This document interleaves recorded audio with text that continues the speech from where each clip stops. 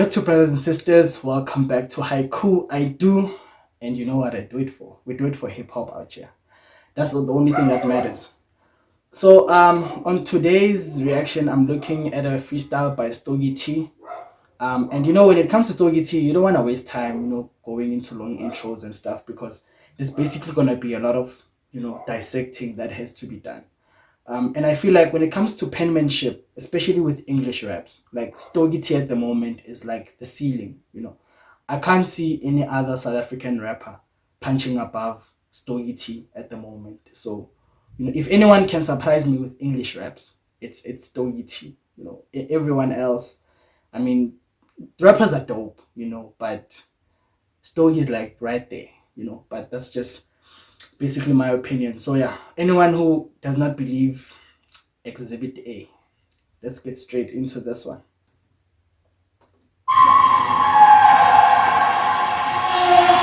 Stogie T, Freestyle Friday, what up?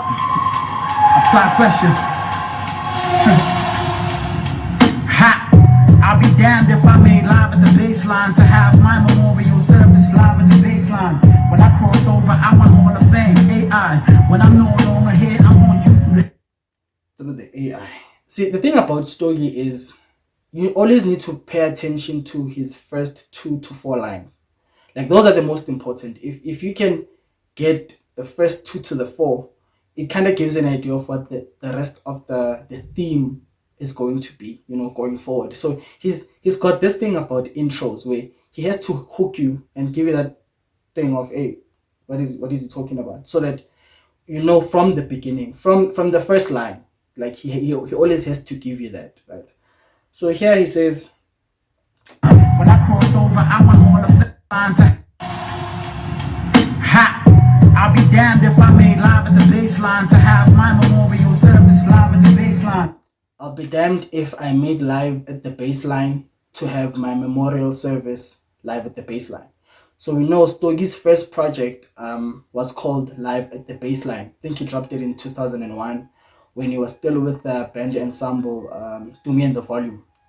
So they recorded Live at the Baseline, which was in Newtown, right? So he says that he'll be damned if he made that project at Baseline just so to have his memorial service live at the baseline. And we know that when it comes to South African celebrities, a lot of them, after they pass on, their memorial services are held at live at the baseline. I mean, the one for Pro Kid was live at the baseline. For WHP as well was also at baseline. So he says he'll be damned if where he started recording his first project, that's basically where they're gonna hold his memorial service. When I cross over, I want Hall of Fame, AI. When I cross over, I want Hall of Fame, AI. So crossover means when he passes away, he wants to be inducted into the Hall of Fame, right? But his use of the word crossover there also is actually a basketball reference. There's a dribble maneuver in basketball where a player puts the ball between the legs when they're dribbling. They call it a crossover. So he says, I want crossover AI. Memorial service live at the baseline. When I cross over, I want Hall of Fame, AI. When I cross over, I want Hall of Fame, AI. Now, AI is actually Allen Iverson, who was a former basketball player who was indicted into the Basketball Hall of Fame. I think it was in 2016. So Stogie is using the double meaning on that word crossover, where he says when he crosses over, he wants the Hall of Fame, AI, right? Crossover when he passes away, but also crossover basketball, AI, who's Allen Iverson, right? Now, Allen Iverson, I know the guy because there was a time where when Reebok released its sneakers, they used him as a brand ambassador, and I'm a huge Reebok fan, so that's how I knew of Allen Iverson. He was very big in promoting the sneaker brand for Reebok when it comes to basketball. Memorial service live at the baseline. When I cross over, I want Hall of Fame, AI. When I'm no longer here, I want you through the AI. When I'm no longer here, I will haunt you through the AI. And I think now he's talking about artificial intelligence, right? Fourth Industrial Revolution. So says when he's no longer here, he will haunt us through, artificial intelligence. Same guy who built the ground you walking on clay tiles. Game time wasn't playing nice if you ain't mine. Same guy who built the ground you're walking on, Clay Tiles, right? He definitely built the hip hop ground that a lot of rappers are now walking on. I mean, he started this thing back in, the League Club days, with Pro Kid and Pro Rap and all of them. So he built the ground a lot of hip hop rappers are walking on. Clay Tiles. No, I mean, it's not just anyone who can put clay tiles, guys. It's a skill basically. Who built the ground you walking on clay tiles? Game time wasn't playing nice. If you ate mine, top 10, I wanted all ones like Ray Charles. Oh, that is crazy. The game time wasn't playing nice if you rate mine, right? When it comes to the game, Stogie, we all know he's a battle cat. So if you haven't checked out any of his videos, he's got a lot on YouTube where he's actually battling other rappers. So he's saying when it comes to game time, he wasn't playing nice, because he was murdering MCs there. Like on battles, he was destroying rappers there. Wasn't playing nice if you ate mine. Top 10, I wanted all ones like Ray Charles. Top 10, I want it all once, like Ray Charles. Now, Ray Charles is a US songwriter. Yeah, he's a singer as well. And Ray Charles is actually one of the few musicians who actually has 10 of his recordings that are inducted at the Grammys Hall of Fame. So Stogie says top 10. That's why he says top 10. I want it all once, like Ray Charles, because Ray Charles has got 10 of his recordings that are actually inducted at the Grammy Hall of Fame. Wasn't playing nice if you ate mine. Top 10, I wanted all ones like Ray Charles. They say fake blind, so when I meet my maker, then every time they play us, feel like it's a seance. Oh,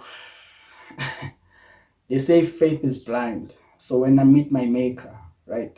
Now, he uses the word faith blind because coming back to the line before about Ray Charles is actually blind, right? So coming into this line, he says, they say faith is blind. So when I meet my maker, because the thing about meeting your maker is there's no scientific proof that when you die, you're actually going to meet your maker, right? So we take it on faith that when you die, you will meet your maker. So that's why he says faith is blind, basically, because none of us actually know if we'll meet our maker. We just have to take it on faith. Say fake blind, so when I meet my maker, then every time they play us, feel like it's a seance. Yes, faith is blind. So when I meet my maker, let every time they play us feel like it's a seance. So a seance is like when you're speaking to somebody who's dead, basically, when you're speaking to people on the other side. So he says, after when he meets his maker, when every time we listen to his music, it must feel like he is talking to us from the other side. Say fake blind, so when I meet my maker, then every time they play us, feel like it's a seance. They could be a straight hype, like Aaliyah takes flight. RIP, we don't make like we even say bye. Ooh. So when I meet my maker, then every time they play us, feel like it's a seance. They could be a straight hype, like Aaliyah takes flight. Their careers are straight hype, like Aliyah takes flight. Now, the word Aliyah is actually it's a derivative from a Hebrew term that refers to rising and ascending, right? So when he's basically saying is their careers are straight hype, like Aliyah takes flight. So he's saying these rappers' careers are rising, they're ascending, but like Aliyah, they take flight. And we know when Aliyah took a flight, that's where she actually crashed and she passed away. I think that was in 2001. So it's been a while since she passed away. So he says rappers' careers are like are straight hype because they are rising, but like Aliyah, they take flight, which means they fly and then they crash. RIP, we don't make like we even say bye. So RIP, we don't make light, we grieve and say bye. So to not make light means to actually take something seriously. So when people pass away, which says RIP, we don't make light, we grieve and then we say goodbye. Flowers like date night for Pro Kid. He ate mics when he got on that elevator. What a punch, Ray Rice. Oh, that line right there.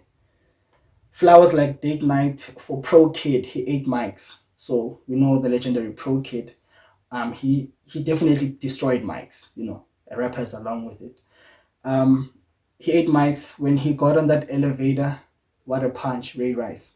So when he says when he got on that elevator, he says when Pro Kid was actually on his rise, like when he was on the elevator, like rise to success, basically. What a punch, meaning what a punchline. He had a lot of punchlines Ray Rice, right?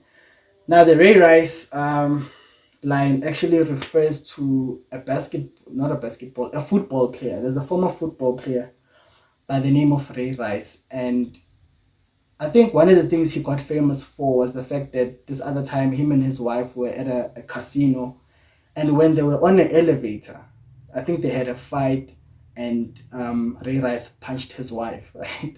So it's that play there to say he's using that scenario of, Ray Rice punching his wife on an elevator, similar to when Pro Kid, was on a rise to success. He had punchlines, right? So that double scheme there is just it's Like a Leah takes flight. RIP, we don't make light. We even say bye. Flowers like date night for Pro Kid. He ate mice when he got on that elevator. What a punch, Ray Rice. Pay up, he's standing on some pioneering great ones. Can't judge from the way you're leaning, standing 8 count. can judge, but from the way you're leaning, standing 8 count, right? Now, standing 8 count is a term in it's actually a judgment call, like on a boxing ring, right? So when a player is leaning too much on the basically on the net, right?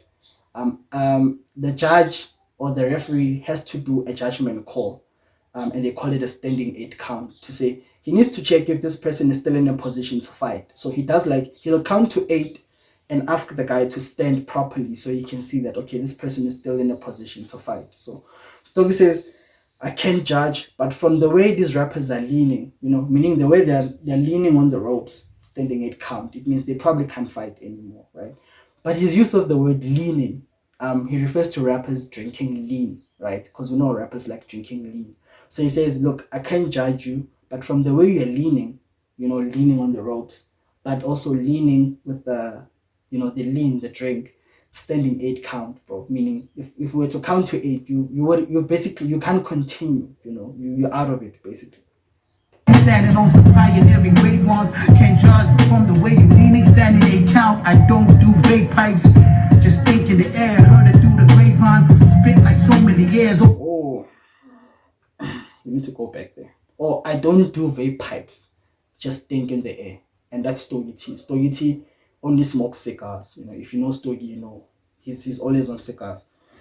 So stink in the air, heard it through the grapevine, spit like sommeliers, right? So he heard about hip hop through the grapevine, which means when you hear something through the grapevine, it means you hear rumors about it. So he heard about hip hop through the grapevine, and now he spits like a sommelier, right? He spits rhymes now like a sommelier. But now a sommelier is actually a wine steward, right? It's those people who taste wines, and well, us black people, when we taste wine, we actually drink it. But we know that the rule is you just goggle it in your mouth, taste it, and then you're supposed to spit it, right? So he says he spits like sommeliers because sommeliers spit wine, right? But his use of the word sommelier and grapevine in the sentence before, we know that grapevine, that's where they basically ferment, the grapes to make wine. So heard it through the grapevine, spit like sommeliers. Grapevine and sommeliers has to do with wine. So that's very clever. Vape pipes, just think in the air, heard it through the grapevine. Spit like so many years over your head, won't be a kid. A cook for Goldilocks bears, hope in the air. All the poor rich stories in here, yeah. Yeah, that line, man. Stink in the air, heard it through the grapevine. Spit like so many years over your head, won't be a kid. A cook for Goldilocks bears. Now, you see, he starts the sentence by saying over your head, right? Because he knows that a lot of people, this is going to fly over their heads. This line, he says, over your head, it won't be a care to cook for Goldilocks bears, hoping to hear all those poor rich stories in here. And I think what he means there, he says, for him, it won't be a care. Like, it won't be a thing, for him to cook for a Goldilocks bears. Like, Goldilocks is obviously, from the children's book, Goldilocks and the Three Bears. She's the white girl, right? So he says, it won't be a thing for him to cook for a white girl, hoping to hear stories, hoping to hear poor rich stories, right? Meaning, she, as a white girl, she'll probably be talking about the rich stories, and him being a black dude, he'll be talking about poor stories. So him and Goldilocks will be talking about poor rich stories, right? But we know that the other meaning to that is the Goldilocks bears and the Goldilocks and the three bears story. It's a story about porridge, right? Like the actual porridge that you eat. So his wordplay there of poor, rich, and porridge is so insane because Goldilocks, um, according to the story, she went into the house where there were three bears and she started eating porridge there. So it's a story about porridge story. Where else, if it's him and a white girl, they're talking about poor rich stories. So that is intense there. The grapevine, spit like so many years over your head. Won't be a kid to cook for Goldilocks bears, hoping to hear all them poor rich stories in here. Yeah, do you sound like good advice? I reached out to your idols, but they wouldn't mic. Do you sounds like good advice? Cause I reached out to your idols and they wouldn't mic. So he reached out to your faves, basically, your so-called best rappers. He reached out to them, but they wouldn't mic, they wouldn't spit, they couldn't rap basically. But the other meaning is I reached out to your idols, as in the singing competition idols, but they wouldn't mic. And wouldn't mic contestants are those who are just there to make an ass out of themselves most of the time. People who actually can't sing. So his use of that double meaning to say I reached out to your idols, but they wouldn't mic is just it's crazy. Do you sound like good advice? I reached out to your idols, but they wouldn't mic. Wisdom in tiny lines like passages from the Bible. I'm thinking dynamite package like Tyrion, son of Tyrant. Whoa, wisdom in tiny lines like passages from the Bible. We all know what they say. They tell us that there's a lot of wisdom, that is in tiny lines there in the Bible. He's thinking a package is wait, what did he say there? Tiny lines like passages from the Bible. I'm thinking dynamite package like Tyrion, son of. I'm thinking dynamite package like Tyron, son of Tywin. I think they wanted to say Tywin there because Tyrion, Tyrion, yes, Lannister from the movie. It's not a movie. The series Game of Thrones, right? He's that short dude there. So, and obviously, Tyrion is a sign of Tywin Lannister, right? So he says, I'm thinking dynamite package because dynamite comes in small packages and Tyrion is small. It's like a dwarf actually. So it's a nice play there on dynamite. Dynamite comes in small packages and Tyrion is a small package. Tyrant on horsepower, dragging a mean bitch beside him to see it. Will leave her blinded, the beat revealing Poseidon. Well, Stogie T, man. Hey. Horsepower, dragging a mean bitch beside him to see it. Will leave her blinded, the beat revealing Poseidon. The beat revealing Poseidon.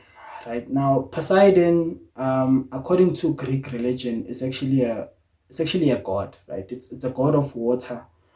So when he says a beat reveling Poseidon, he means he's riding on a beat, basically. Because to revel, it means to enjoy, riding on something. So obviously he writes the beats because he's a rapper, right? But because a Poseidon, well, the way they depict them, like in all that Greek mythology, is they're able to ride waves as well. Like you'll find the person floating on the ocean and stuff like that. So it also speaks in hip hop terms when you're riding a flow, right? You're a Poseidon in a sense that you are able to ride flows, right, in hip hop.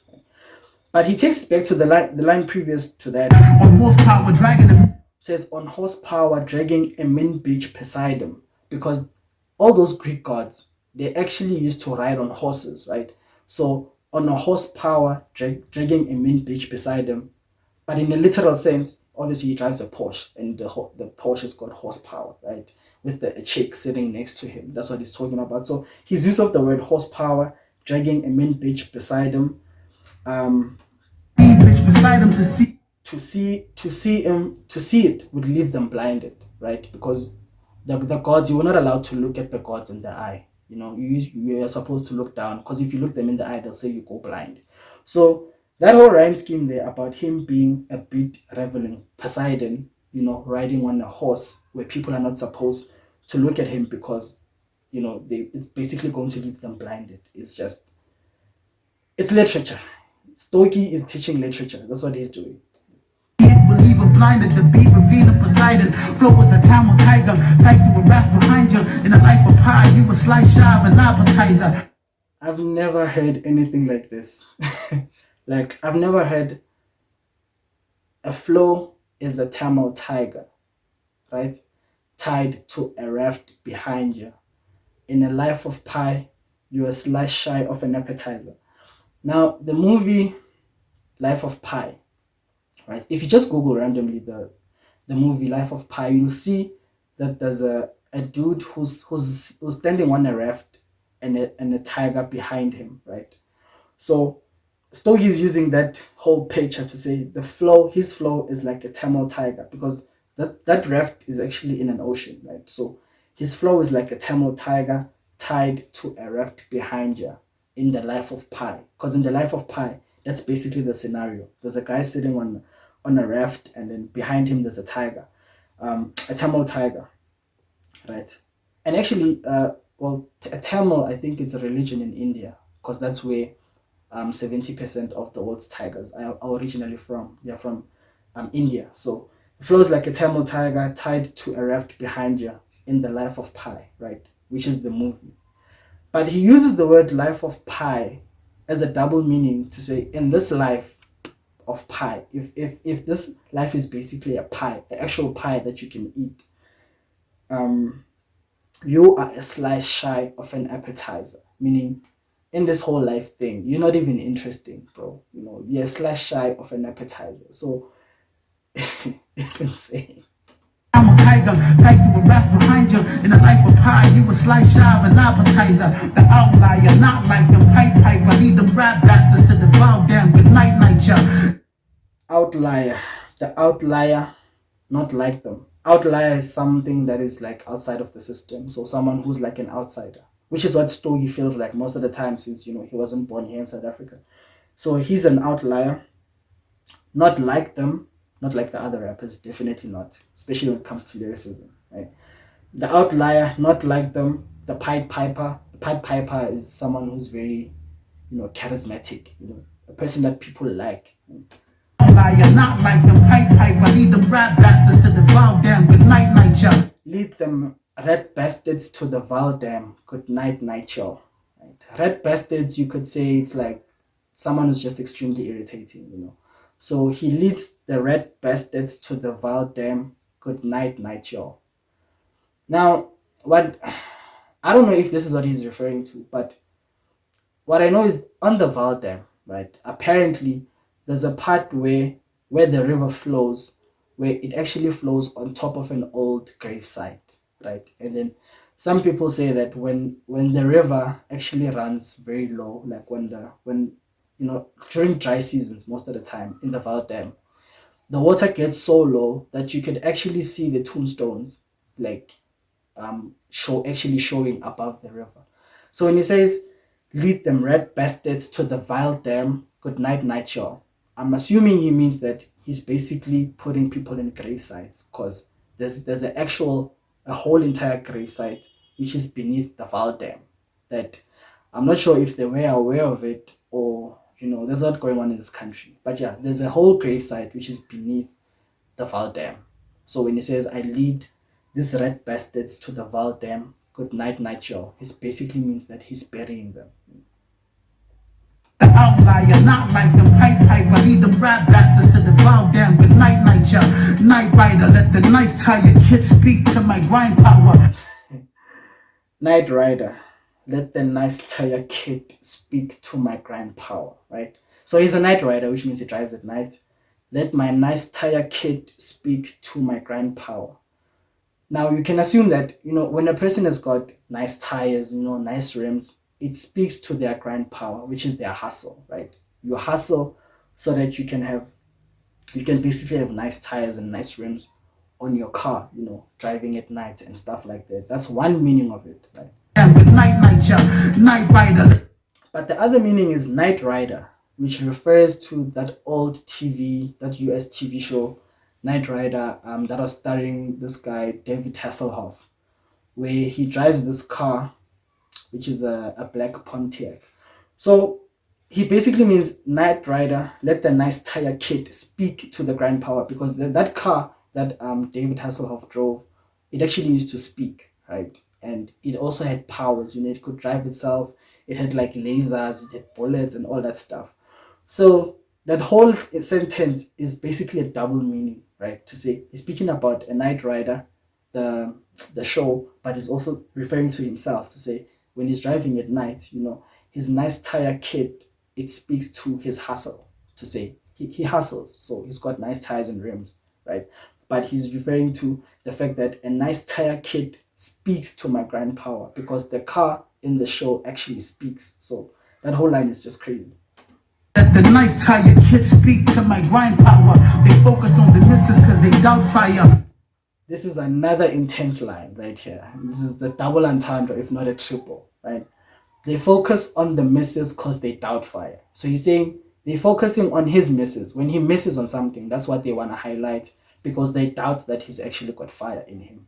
People will always look at the negative side and try and shy away from the positives, because they're trying to doubt the fact that you're actually on fire, right? But now he says they focus on the misses because they doubt fire. Now, doubt fire is actually an old movie. I think it was released in the like early 90s, I think 92 or 93, which starring which are starring the late Robin Williams, where in the movie he got married to this woman, and then they divorced, and then what he did was he actually dressed up as a woman so that he could go back into the house and spend time with his children, right? So, and his name on the movie is Mrs. Doubtfire, right? So this line is crazy because he says they focus on the misses. On the movie, people are focusing on Mrs. Doubtfire, right? Thinking it's a woman, but it's actually a man. So they focus on the misses because they doubt fire, right? Which is a sick play on the whole thing that, Stogie T, they focus on his misses, right? When he misses something because they doubt his fire, but they focus on the misses because on the movie people are looking at Mrs. Doubtfire thinking it's a woman, but it's actually a dude, right? So it's crazy. Nice tired kids speak to my grind power. They focus on the misses cause they doubt fire. The China virus is prime time. The zeitgeist is unkind to my kind, living outside town lines. Oh, the China virus is prime time. It's everywhere. It's on the news. It's we're still talking about it right now, right? The China virus, COVID. The China virus is prime time. The zeitgeist is unkind to my kind, living outside town lines. So the zeitgeist is like it's like a spirit of a particular time, right? It's a certain mood. It's basically like a mood or a spirit that characterizes a particular time. So if you think about apartheid in our situation, right? That time, the zeitgeist was unkind to our kind, which is us black people living outside town lines, right? Because at the time with the apartheid government, they used to put black people in settlements that were outside town lines, where people actually had to travel like long distances to get to work. So he says, the zeitgeist was unkind to our kind, which is us black people, with that whole situation of us, being put in settlements that are outside of town lines. The virus is prime time. The zeitgeist is unkind to my kind, living outside town lines. Did he have the foresight to write life inside rhymes? Did he have the foresight to write life inside rhymes? He definitely writes a lot of life. I've come to realize that even though I'm not somebody I'm someone who's very, like I'm very intrigued about, history and things like that. But when it's presented to you in a way that makes you actually curious, which is what Stogie is able to do. Like Stogie can teach you literature in a way that you normally wouldn't enjoy if you say you were to take a book and start reading by yourself. So did he have the foresight to write life inside rhymes? That's what he does. If you really listen to Stogie, there's a lot of life into the things that he actually writes about. To my kind, living outside town lines. Did he have the foresight to write life inside rhymes? Did the devil ghost write the byline to Mein Kampf? Did the devil ghostwrite the byline to Mein Kampf? So a byline is like where you, on an article where you put who the writer or the publisher is. That's the byline. So he says, did the devil ghostwrite the byline to Mein Kampf? And Mein Kampf is like it's a half autobiography, half manifesto for Hitler, right? So it's basically where he laid out his plans for, how to eliminate Jews and how to take over Europe. So he says, did the devil actually ghostwrite that book? Because if you look at it, I mean, close to, 11 million Jews and, prisoners of war were actually killed due to, Hitler and that whole manifesto that he was trying to achieve. So was it the devil's work? I mean, it definitely was the devil's work. I mean, at what point in our history could you have like 11 million people die because of one man and his ideologies? So did the devil ghostwrite the byline to Mein Kampf? Definitely. Have the foresight to write life inside rhymes. Did the devil ghostwrite the byline to Mein Kampf? I'm just trying to pass time. This lockdown is downtime. All I need is Wi-Fi, your beat, and your timeline. Might find the paradigm of genius is sublime. Fuck do you mean it's not my time? Stogie. You know what? All I need is Wi-Fi, your beat, and your timeline. Pass time.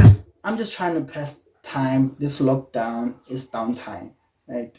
It wasn't exactly downtime for him because the lockdown is where he actually came up with the Freestyle Friday edition. To keep people so that they can to inspire rappers to keep rapping at a time when they couldn't go out to shows and stuff like that. So just to pass time, the lockdown was downtime, and it was easy for him to do it because all he needed was Wi-Fi, a beat, and the timeline. Because people would do freestyles and then he'd post them on social media platforms. So that's basically all he needed. All I need is Wi-Fi, a beat, and your timeline. Lockdown is downtime. All I need is Wi-Fi, your beat, and your timeline. Might find the paradigm of genius is sublime.